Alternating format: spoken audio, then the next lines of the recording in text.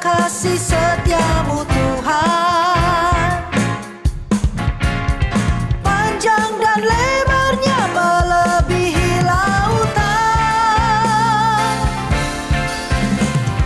jauh tinggi mengatasi langit, dalamnya tak dapat ku selami. Kasih setiamu besar selamanya. Kasih setiamu besar selamanya. Sekali lagi. Haleluya. Tiada terukur besar kasih setiamu Tuhan. Panjang dan lebarnya melebihi lautan, jauh tinggi mengatasi langit, dalamnya tak dapat ku selami. Kasih setiamu besar selamanya.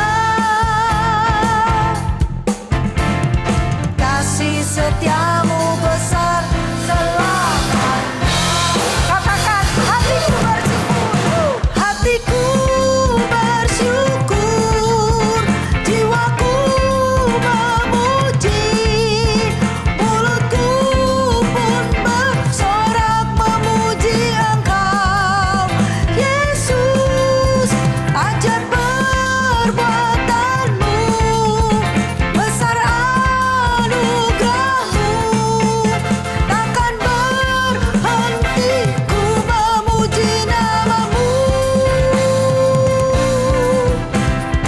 Tiada terukur besar kasih setiamu Tuhan. Panjang dan lebarnya melebihi lautan, jauh tinggi mengatasi langit, dalamnya tak dapat ku selami. Kasih setiamu besar selamanya.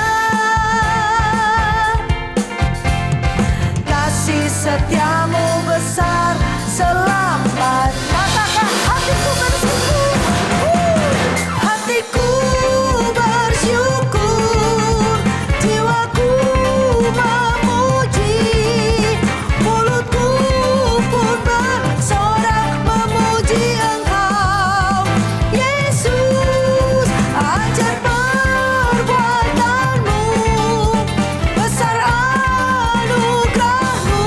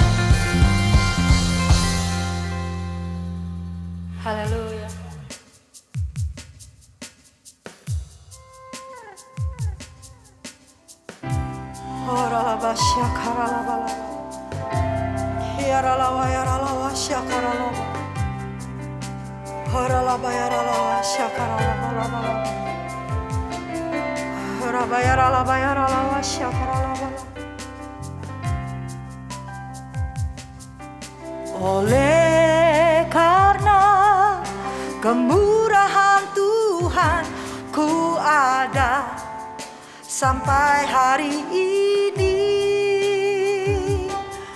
Oleh karena kebaikan Tuhan, janji-Mu terjadi bagiku.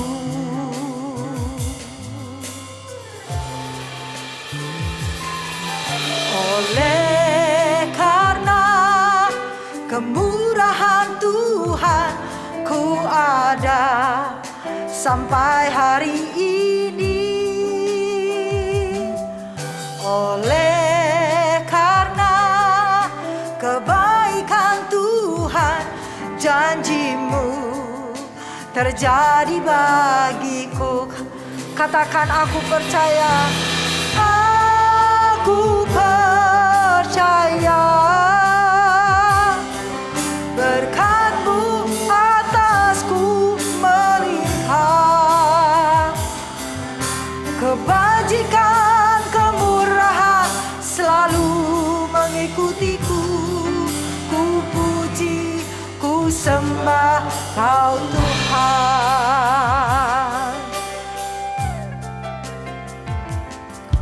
Oleh karena kemurahan Tuhan, ku ada sampai hari ini. Oleh karena kebaikan Tuhan, janji-Mu terjadi bagiku. Angkat tanganmu, katakan.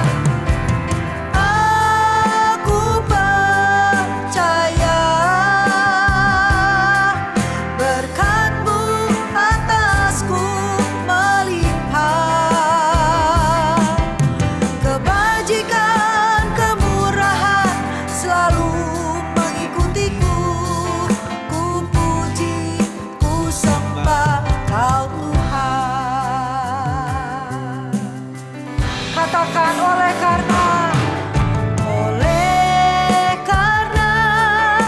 kemurahan Tuhan, ku ada sampai hari ini. Oleh karena kebaikan Tuhan, janji-Mu terjadi bagiku. Sekali lagi katakan. Oleh karena kemurahan Tuhan, ku ada sampai hari ini. Oleh karena kebaikan Tuhan, janji-Mu terjadi bagi. Angkat tanganmu, katakan. Aku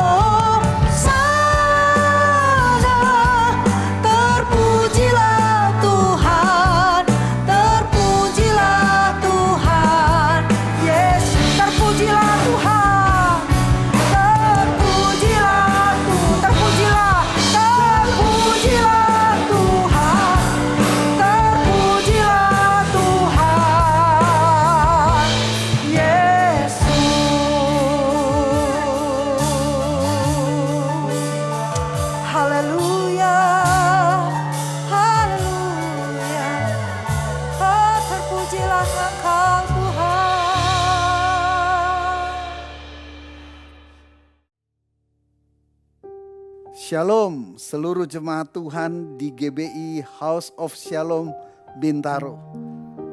Puji nama Tuhan, saya senang sekali bisa menjumpai setiap Bapak Ibu Saudara melalui ibadah online ini. Mari kita siapkan hati kita untuk mendengarkan firman. Mari kita berdoa, saudara. Bapa, biarlah Roh Kudus-Mu menuntun setiap kami untuk terbuka hati kami kepadamu dan kebenaran-kebenaran-Mu memerdekakan dan memberikan kuasa buat setiap kami. Di dalam nama Tuhan Yesus Kristus kami berdoa. Amin. Saudara, hari ini saya mau mengajak kita merenungkan akan peristiwa yang sangat penting bagi kekristenan, yaitu peristiwa Pentakosta.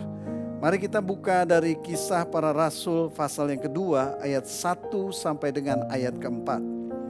Ketika tiba hari Pentakosta, semua orang percaya berkumpul di satu tempat.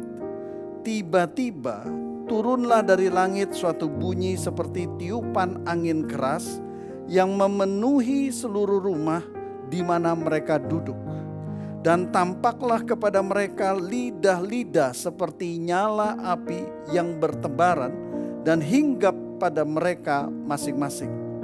Maka penuhlah mereka dengan Roh Kudus, lalu mereka mulai berkata-kata dalam bahasa-bahasa lain seperti yang diberikan oleh Roh itu kepada mereka untuk mengatakannya.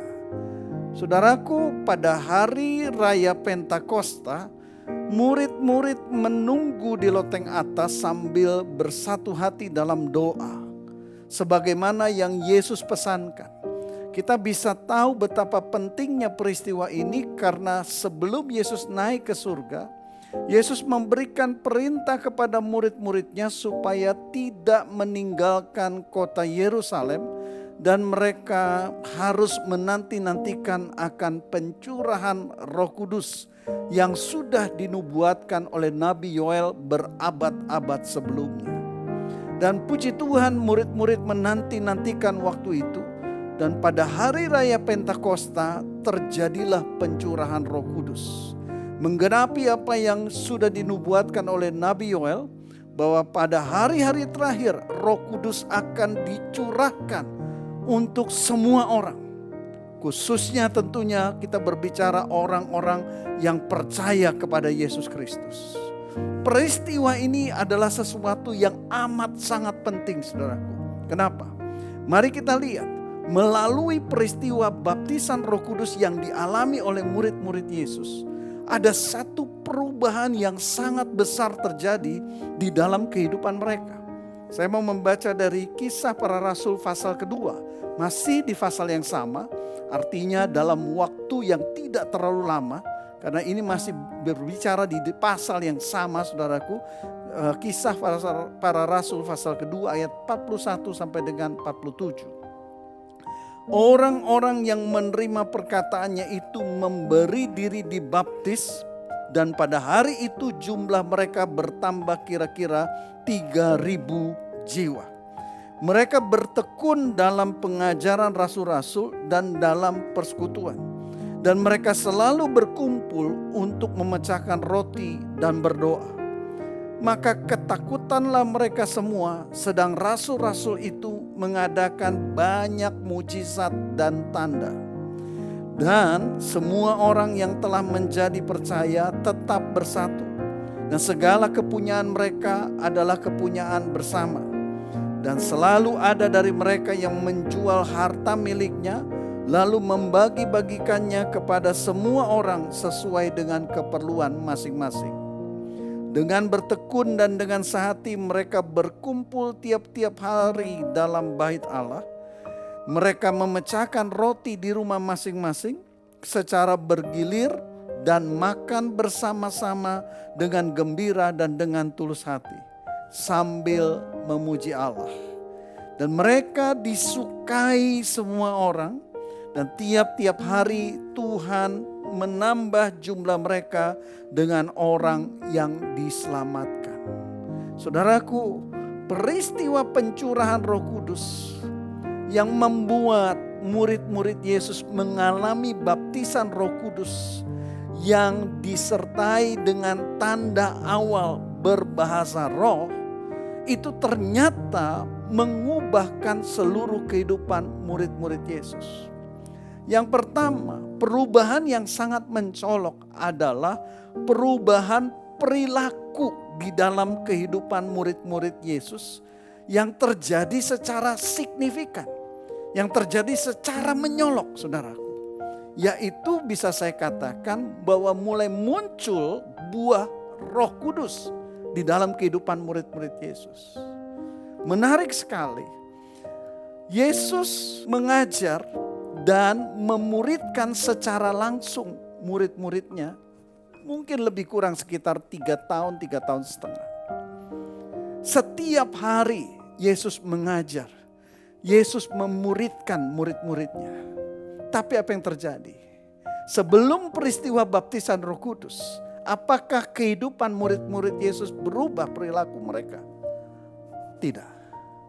Mereka tetap egois, hanya memikirkan kepentingan mereka sendiri. Mereka penakut, mereka tidak setia. Ya, satu menjual Yesus, satu menyangkali Yesus 3 kali. Dan yang lain semua lari meninggalkan Yesus waktu Yesus ditangkap. Mereka hanya memikirkan kepentingan diri mereka sendiri. Mereka selalu berdebat, memikirkan siapa yang lebih tinggi kedudukannya dan lain sebagainya. Hal-hal yang begitu egosentris. Hanya berpusatkan kepada kepentingan mereka sendiri. Karakter mereka tidak berubah sekalipun mereka sudah diajar, dimuridkan secara langsung oleh Yesus bertahun-tahun lamanya. Setiap hari mereka berkumpul, diajar, dimuridkan. Tetapi yang luar biasa, waktu pencurahan Roh Kudus terjadi, mereka mengalami baptisan Roh Kudus dalam kehidupan mereka. Apa yang Yesus ajarkan mulai berbuah di dalam kehidupan mereka. Buah Roh Kudus muncul di dalam kehidupan mereka. Perilaku mereka berubah total. Orang-orang yang tadinya begitu egois sekarang menjadi begitu murah hati. Selalu mau berbagi, selalu memikirkan kepentingan-kepentingan orang lain. Mendahulukan kepentingan orang lain dibandingkan kepentingan diri mereka sendiri. Mereka yang tadinya begitu penakut, mereka sekarang menjadi begitu berani di dalam memberitakan Injil tanpa rasa takut. Perubahan-perubahan perilaku secara signifikan terjadi melalui baptisan Roh Kudus. Yang kedua, saudaraku, perubahan yang nyata yang terjadi dalam kehidupan murid-murid Yesus adalah murid-murid mulai memberitakan Injil dan mengajar dengan penuh kuasa. Muncul karunia-karunia Roh Kudus di dalam kehidupan murid-murid Yesus. Yang pertama kali jelas ditunjukkan oleh Petrus. Setelah mengalami baptisan Roh Kudus, Petrus menjelaskan, Petrus berkhotbah di depan banyak orang. Apa yang sedang mereka alami, Petrus khotbahkan dalam khotbah yang relatif begitu singkat, saudaraku. Kuasa Roh Kudus ternyata bekerja dalam kehidupan Petrus, mengurapi kata demi kata yang keluar dari mulut dan bibirnya. Setelah Petrus selesai berbicara, saat itu juga 3.000 orang membuat keputusan untuk menerima Yesus dan memberi diri mereka dibaptis. 3.000 orang seketika bertobat. Saudara, kalau kita melihat perubahan-perubahan yang nyata ini, saudaraku, di mana terus setelah itu kita melihat rasul-rasul melakukan berbagai-bagai mujizat, tanda-tanda ajaib, menyertai di dalam pelayanan mereka. Kalau kita lihat perubahan-perubahan nyata ini, berarti benar apa yang Yesus katakan sebelum dia naik ke surga. Kisah Para Rasul 1 ayat ke-8. Ini kenapa begitu pentingnya peristiwa pencurahan Roh Kudus. Kenapa begitu pentingnya baptisan Roh Kudus di dalam kehidupan seseorang yang percaya kepada Yesus. Yesus katakan, tetapi kamu akan menerima kuasa kalau Roh Kudus turun ke atas kamu. Dan kamu akan menjadi saksiku di Yerusalem, seluruh Yudea, Samaria, dan bahkan sampai ke ujung-ujung bumi. kuasa yang murid-murid Yesus terima melalui baptisan Roh Kudus itu yang bekerja di dalam kehidupan mereka, sehingga pengajaran, pemuritan yang mereka sudah alami bersama Yesus itu berbuah. Muncul buah-buah Roh Kudus di dalam kehidupan mereka. Dan kuasa yang mereka terima melalui baptisan Roh Kudus itu yang bekerja di dalam kehidupan mereka, sehingga waktu mereka mulai memberitakan firman, maka kuasa itu bekerja dan membuat orang-orang menjadi percaya dan menerima Yesus dan memberi diri mereka dibaptis. Kuasa yang mereka terima melalui baptisan Roh Kudus itulah yang membuat mereka menjadi saksi-saksi yang luar biasa, di mana saat mereka melayani, pelayanan mereka senantiasa disertai dengan mujizat dan tanda-tanda ajaib. Kisah para Rasul pasal kedua ayat ke-47 katakan bahwa mereka disukai semua orang karena terjadi perubahan perilaku dalam kehidupan mereka.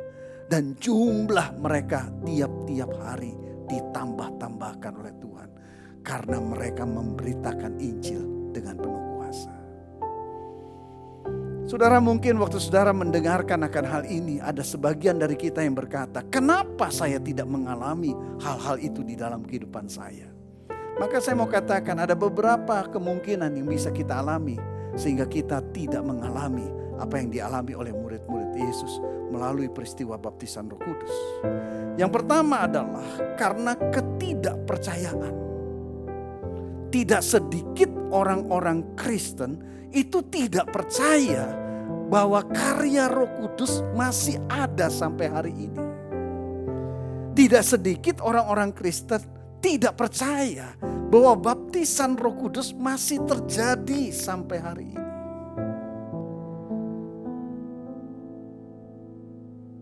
Ada orang-orang yang membuat penafsiran bahwa karya Roh Kudus, baptisan Roh Kudus itu berhenti pada saat rasul-rasul meninggal dunia semuanya. Tapi kalau kita lihat di dalam firman Tuhan tidak berkata seperti itu.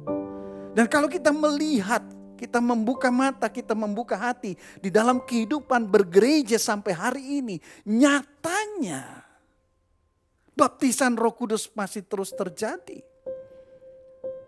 Kuasa Roh Kudus masih terus bekerja, saudara.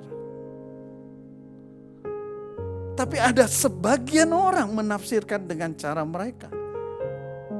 Mari saya ajak hari ini kita kembali kepada kebenaran firman Tuhan.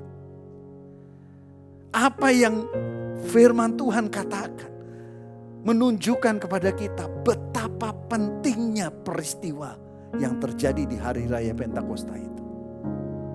Hal yang kedua, kenapa kita belum mengalaminya sebagaimana yang dialami oleh murid-murid Yesus di dalam mereka mengalami baptisan Roh Kudus adalah bahwa cukup banyak anak-anak Tuhan, orang-orang percaya kepada Yesus itu hanya berfokus kepada materi pengajaran, kurikulum pemuritan. Jadi kurang keseimbangan dengan kuasa Roh Kudus. Sekali lagi saya mau ingatkan saudaraku, tentunya kita sangat membutuhkan pemuritan. Kita sangat butuh diajar. Tetapi yang penting kita ingat adalah bahwa Yesus sendiri memuridkan dan mengajarkan murid-muridnya. Tapi sebelum terjadinya peristiwa Pentakosta, di hari Pentakosta itu di mana peristiwa baptisan Roh Kudus dialami, ternyata tidak ada perubahan yang signifikan di dalam kehidupan murid-murid Yesus. Perubahan yang signifikan itu waktu mereka mulai menerima kuasa saat Roh Kudus turun atas mereka. Jadi butuh keseimbangan antara pengajaran dengan kuasa Roh Kudus. Sehingga apa yang diajarkan itu mampu untuk dipraktekkan. Dan mulai terjadi perubahan-perubahan yang nyata di dalam kehidupan daripada murid-murid. Yang ketiga saudaraku, kenapa kita belum mengalami? Seringkali kita tidak bersedia membayar harga. Lukas 9 ayat 23, Yesus katakan seperti ini. Katanya kepada mereka semua, setiap orang yang mau mengikut aku, ia harus menyangkal diri, memikul salibnya setiap hari dan mengikut aku. Saudaraku, untuk kita benar-benar dipenuhi oleh Roh Kudus, itu berbicara kita memberikan otoritas sepenuhnya kepada Roh Kudus untuk menuntun kehidupan kita. Ada tuntunan-tuntunan Roh Kudus yang bertentangan dengan kehendak kita pribadi. Karenanya sebagaimana yang Yesus katakan, kita perlu menyangkali diri untuk kita bisa menerima tuntunan Roh Kudus dalam kehidupan kita. Untuk mengikuti tuntunan Roh Kudus, seringkali kita harus memikul salib. Ada hal-hal yang berat yang harus kita lalui untuk sungguh-sungguh mengikuti tuntunan Roh Kudus. Jadi sekali lagi saya ingatkan, mengalami kepenuhan Roh Kudus di dalam kehidupan kita, sehingga perubahan-perubahan yang nyata itu benar-benar kita alami. Sebagaimana yang dialami oleh murid-murid Yesus melalui peristiwa yang terjadi di hari Pentakosta, adalah memberikan otoritas sepenuhnya, memberikan ruang seluas-luasnya kepada Roh Kudus untuk menuntun kehidupan kita. Kita perlu menyangkali diri dan memikul salib kita. Dan berikutnya saudaraku, bagaimana langkah-langkah kita untuk kita boleh mengalami baptisan Roh Kudus dan hidup dipenuhi oleh Roh Kudus. Mungkin sebagian dari saudara yang saat ini mengikuti ibadah online ini belum mengalami baptisan Roh Kudus. Dan saudara katakan, ya Pak, saya tahu bahwa baptisan Roh Kudus dengan tanda awal berbahasa roh itu sesuatu yang sangat penting di dalam kehidupan saya. Saya mau mengalaminya. Saya juga mau mengalami perubahan-perubahan yang nyata di dalam kehidupan saya. Sebagaimana yang dialami oleh murid-murid Yesus. Ada perubahan perilaku yang signifikan terjadi. Ada kuasa tanda-tanda ajaib yang mengalir melalui kehidupan saya. Nah, saudara, kalau saudara merindukan itu, saya mau berikan langkah-langkahnya. Yang pertama adalah percaya sepenuhnya bahwa pencurahan Roh Kudus dicurahkan untuk semua orang percaya dan masih tetap terjadi. Nabi Yoel sudah menubuatkan berabad-abad sebelum daripada hari Pentakosta di mana pencurahan Roh Kudus itu terjadi. Dan sampai hari ini pencurahan itu masih terus terjadi. Sehingga setiap orang yang sungguh-sungguh percaya kepada Yesus, saya pastikan mereka akan menerima baptisan Roh Kudus di dalam kehidupan mereka. Karena itu langkah pertama adalah percaya bahwa pencurahan Roh Kudus bagi setiap orang percaya. Bukan hanya untuk orang-orang tertentu, tapi buat setiap orang percaya. Yang kedua, saudaraku, memiliki kerinduan yang kuat dan berdoa sungguh-sungguh untuk meminta kepada Tuhan supaya kita mengalami baptisan Roh Kudus. Saya mau baca dari Injil Lukas pasal 11 ayat ke-13. Jadi jika kamu yang jahat tahu memberi pemberian yang baik kepada anak-anakmu, apalagi Bapamu yang di sorga. Ia akan memberikan Roh Kudus kepada mereka yang meminta kepadanya. Waktu kita sadar betapa pentingnya baptisan Roh Kudus di dalam kehidupan pribadi kita, maka rindukan itu sungguh-sungguh dan doa minta kepada Tuhan. Dan firman Tuhan katakan, jika Bapa yang masih tidak sempurna di muka bumi ini saja tahu memberi pemberian yang baik untuk anak-anak yang meminta kepadanya, apalagi Bapa di surga. Kalau kita minta untuk mengalami baptisan Roh Kudus, hal itu pasti digenapi. Dan yang terakhir saudaraku, waktu kita sudah merindukan, kita berdoa, kita terima dengan iman. Percaya sepenuhnya, barang siapa meminta, Bapa di surga pasti memberikan. Percaya dan yakin bahwa saat kita meminta, maka Tuhan pasti memberikan. Dan waktu kita meyakini ini, kita terima dengan iman, kita mulai melangkah dengan iman. tanda awal baptisan Roh Kudus adalah berbicara, berkata-kata dalam bahasa roh. Mungkin saudara tanya, apa yang harus saya ucapkan? Jangan pernah pikirkan itu. Roh Kudus yang akan menaruhkannya di dalam hidup kita untuk kita ucapkan. Jadi waktu kita penuh kerinduan dan kita berdoa minta, terima dengan yakin. Waktu saudara terima dengan iman, maka saudara mulai membuka mulut dan mulai mengucapkan kata demi kata yang ditaruhkan Roh Kudus di dalam kehidupan kita. Jangan pakai pikiran, apa yang harus saya ucapkan, apa yang harus saya ucapkan. Tutup pikiran saudara. Hanya dengan iman saudara bertindak. Mengucapkan setiap kata demi kata yang Roh Kudus sendiri taruhkan di dalam kehidupan kita. Dan saya mau katakan itu akan mengalir. Semakin lama akan semakin deras. Semakin lama akan semakin deras. Mari alami baptisan Roh Kudus. Dan mari hidup sepenuhnya dituntun oleh Roh Kudus. Mari kita berdoa. Bapakku berdoa saat ini. Agar peristiwa baptisan Roh Kudus itu dialami oleh setiap orang yang percaya kepada Yesus Kristus. Dan bukan hanya kami mengalami baptisan Roh Kudus. Tetapi perubahan-perubahan yang nyata itu juga terjadi di dalam hidup setiap kami. Karena Yesus sendiri berkata, kami akan menerima kuasa kalau Roh Kudus turun ke atas kami. Dan saat ini setiap saudara yang sungguh-sungguh merindukan untuk menerima baptisan Roh Kudus, berdoalah kepada Tuhan. Buka hatimu saat ini, berdoa, minta. Firman Tuhan berkata, barang siapa meminta, dia akan menerima. Saat ini minta. Dan dalam nama Yesus aku berdoa, terima baptisan Roh Kudus. Terima baptisan Roh Kudus. Terima baptisan Roh Kudus. Alami kepenuhan Roh Kudus dalam hidupmu. Alami sepenuhnya. Alami. Terima kasih Tuhan. Terima kasih. Di dalam nama Tuhan Yesus Kristus kami berdoa. Amin. Tuhan Yesus memberkati setiap kita.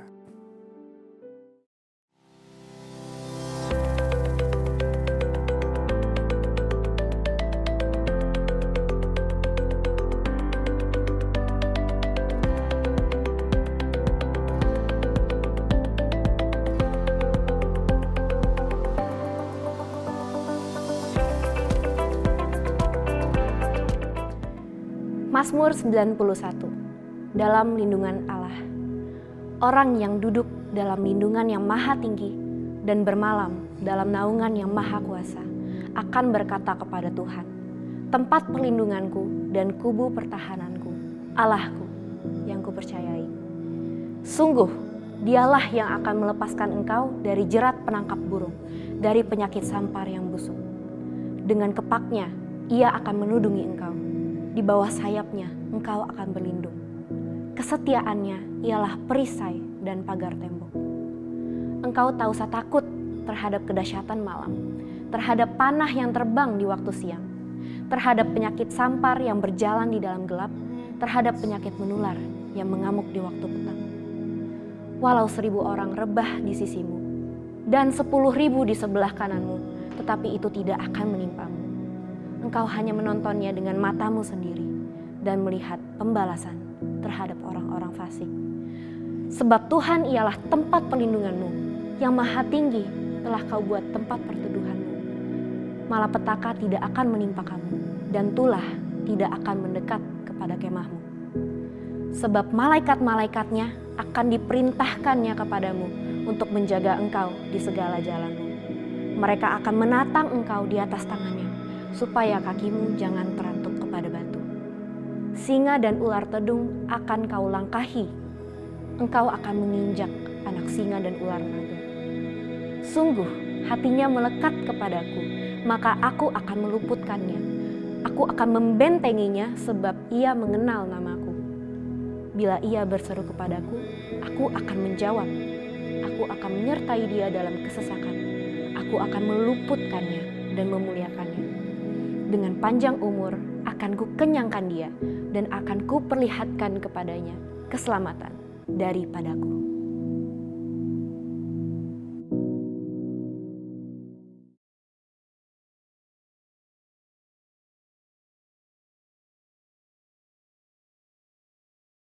Shalom semua. Pada Voice of Pentecost kali ini kita akan membahas mengenai apakah orang yang belum dibaptis Roh Kudus dapat dipakai oleh Tuhan. Bunda Teresa adalah seorang biarawati Katolik Roma yang menggoncang dunia karena pelayanannya terhadap kaum papa yang terpinggirkan karena penyakit kusta, AIDS, dan TBC. Bahkan dunia pun mengakui pelayanannya dengan menyematkan hadiah Nobel Perdamaian di tahun 1979. Martin Luther, seorang reformator gereja yang menggoncang keadaan gereja yang kelam pada masanya. Adapun Billy Graham, seorang penginjil dari Amerika Serikat yang saat mengadakan KKR dapat mengundang jutaan orang. Bahkan beliau dianggap sebagai salah satu pemimpin Kristen paling berpengaruh di abad ke-20 ini. Sejujurnya kita tidak benar-benar tahu dengan jelas apakah para raksasa iman di atas pernah mengalami baptisan Roh Kudus dengan tanda awal berbahasa roh. Sejarah pun tidak pernah mencatatnya. Maka timbullah pertanyaan, mengapa perlu seseorang dibaptis dengan Roh Kudus dengan tanda awal berbahasa roh? Jika seseorang yang belum pernah dibaptis Roh Kudus atau mungkin sudah pernah, tapi tidak secara nyata menunjukkannya seperti para tokoh tersebut, tetap dipakai Tuhan secara dahsyat. Pengakuan Iman GBI berkata bahwa baptisan Roh Kudus adalah karunia Tuhan untuk semua orang yang telah disucikan hatinya. Tanda awal baptisan Roh Kudus adalah berkata-kata dengan bahasa roh, sebagaimana diilhamkan oleh Roh Kudus. Teologi Pentakosta sangatlah menekankan tentang pengalaman dibaptis dengan Roh Kudus sebagai suatu hal yang terpisah dari karya keselamatan Kristus yang bertujuan untuk penyelesaian amanat agung.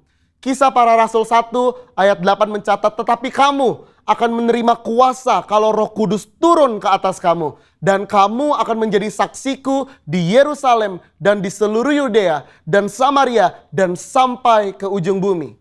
Kata kuasa di ayat tersebut berasal dari bahasa Yunani dunamis yang diterjemahkan juga sebagai dinamit, sesuatu yang memiliki daya ledak yang tinggi. Dengan kata lain, kuasa ini adalah kuasa yang sangat besar yang dimana dengan kuasa ini amanat agung Tuhan Yesus pasti terselesaikan. Sangatlah menarik untuk disimak bahwa sesaat sebelum Tuhan Yesus terangkat ke surga, ia berpesan agar para murid tidak meninggalkan Yerusalem dan menyuruh mereka tinggal di sana sambil menantikan janji Bapa. Apakah janji Bapa yang dimaksud tersebut? Janji Bapa yang dimaksud Tuhan Yesus adalah bahwa para murid akan dibaptis dengan Roh Kudus. Poin penting untuk kita garis bawahi di sini adalah bahwa baptisan Roh Kudus adalah janji Bapa untuk semua orang percaya. Selanjutnya di Kisah Para Rasul pasal kedua adalah peristiwa turunnya Roh Kudus ke atas para rasul yang lebih kita kenal dengan peristiwa Pentakosta, di mana para rasul mulai berkata-kata dengan bahasa-bahasa lain seperti yang diberikan oleh Roh itu kepada mereka untuk mengatakannya. Dari sini dapat kita lihat bahwa janji Bapa tentang baptisan Roh Kudus selalu disertai dengan pengalaman karunia berbahasa roh. Dari peristiwa tersebut kita melihat dengan jelas bahwa ada perbedaan antara menerima Roh Kudus dengan dipenuhi Roh Kudus atau dibaptis dengan Roh Kudus. Setiap orang yang telah menerima Yesus sebagai Tuhan dan Juru Selamat, maka Roh Kudus berdiam di dalam dirinya.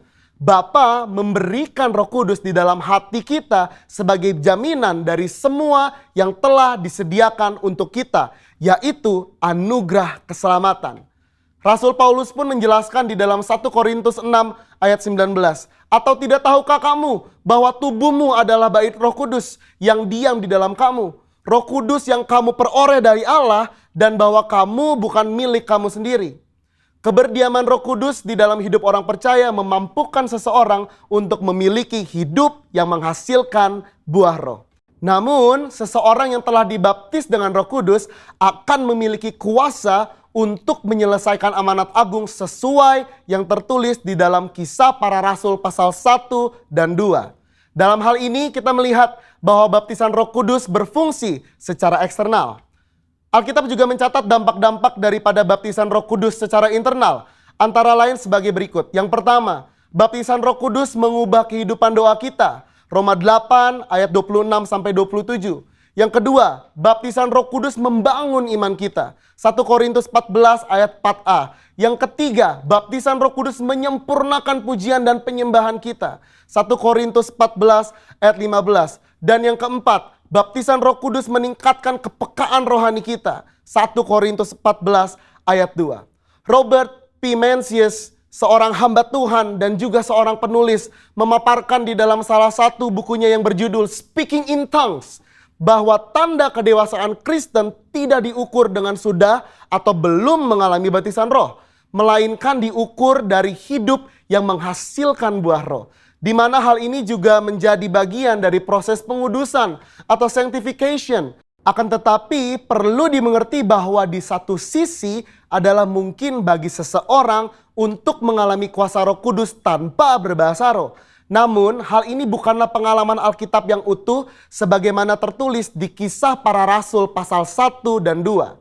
Dari penjelasan tersebut maka dapat disimpulkan bahwa meskipun seseorang belum dibaptis Roh Kudus, ia dapat dipakai Tuhan secara dahsyat.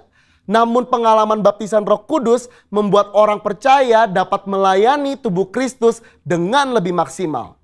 Jikalau Alkitab menuliskan adanya pengalaman kepenuhan Roh Kudus dengan tanda awal berkata-kata dengan bahasa roh, mengapakah kita tidak merindukannya? Saudara, untuk penjelasan lebih lengkapnya dari tim teologi kami, jangan lupa buka link yang ada di atas atau scan QR Code yang tersedia. Salam integritas. Tuhan Yesus memberkati. Sebelum kita mengakhiri ibadah kita hari ini, kita akan mendeklarasikan apa yang dimaksud dengan Pentakosta ketiga. 1. Pentakosta ketiga adalah pencurahan Roh Kudus yang dahsyat di zaman ini, melebihi yang terjadi di Azusa Street. 2. Pentakosta ketiga akan mengakibatkan penuaian jiwa yang terbesar. Dan yang terakhir, sebelum Tuhan Yesus datang kembali.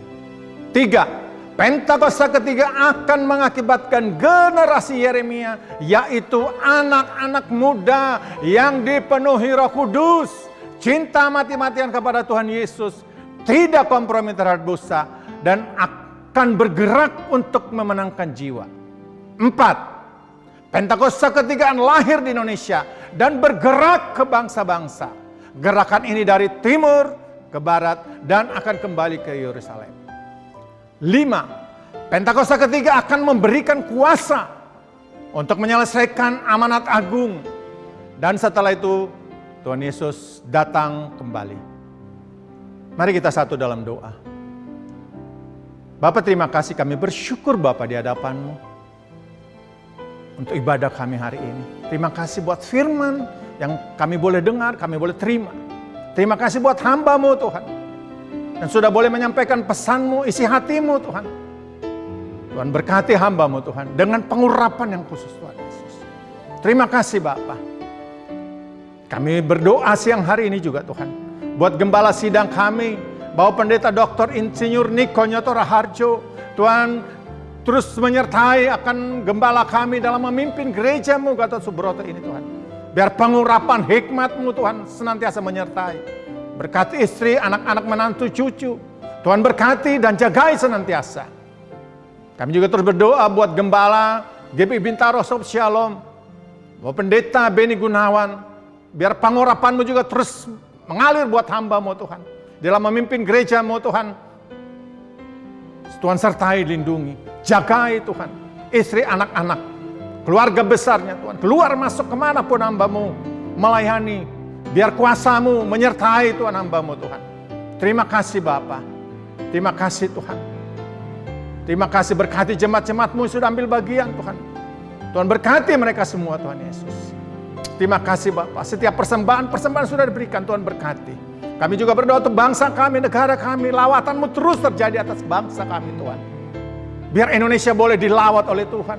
Indonesia penuh dengan kemuliaan-Mu Tuhan. Berkati presiden kami, wakil presiden, semua aparat pembantunya. Tuhan jaga mereka, lindungi mereka Tuhan. Kami tolak segala roh-roh anarkisme. Apapun akan mengganggu kesatuan bangsa kami. Kami tolak dalam nama Yesus. Terima kasih Bapa. Makasih Tuhan.